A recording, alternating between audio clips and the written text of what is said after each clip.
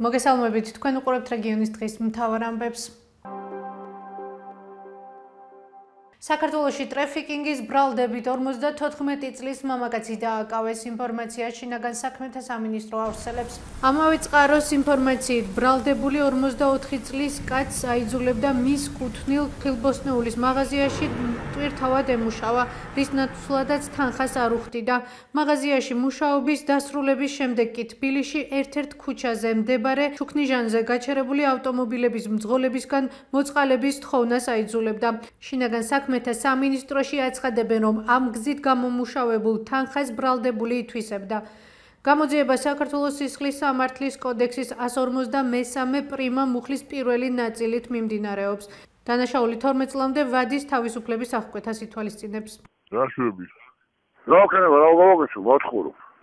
ვენა ზიყავით, ვენა იმუშავეთ. ბატო არ მოხოდი. შოთა რა. ეხლა და რომ დაიბადე მაგის მერე. რა დახარ? უროჟალოში. რა დავაგიანებ ბიჭო? რა გამოდიხარ თავი? მოგენა კარგი მეტროზე დავარ. რა დახარ? აუშ ფულებაზე. ჯარი რა იმუშავე කියලා მე ბაზარში მივარ. ახალციხელი ლუკა ხითარიშვილი მკლავჭიდში მსოფლიო ჩემპიონი გახდა.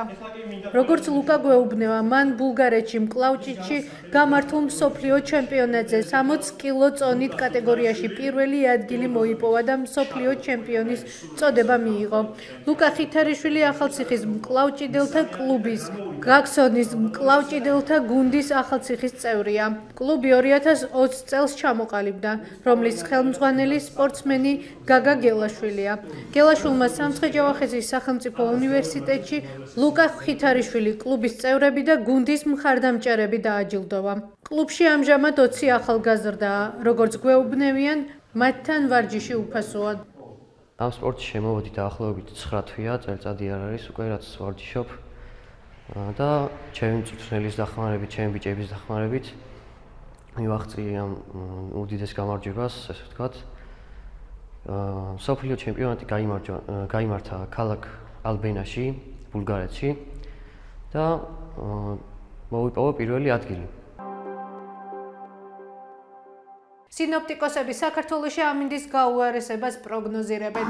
გარემოს ეროვნული სააგენტოს ცნობით 26-28 სექტემბერს დღის პირველ ნახევრამდე აღმოსავლეთ საქართველოს უმეტეს რაიონებში მოსალოდნელია წვიმა. კახეთის ტერიტორიაზე და მთიან რეგიონებში ზოგან ძლიერი, შესაძლებელია სიტყვა და ქარის ხანმოკლე გაძლიერება.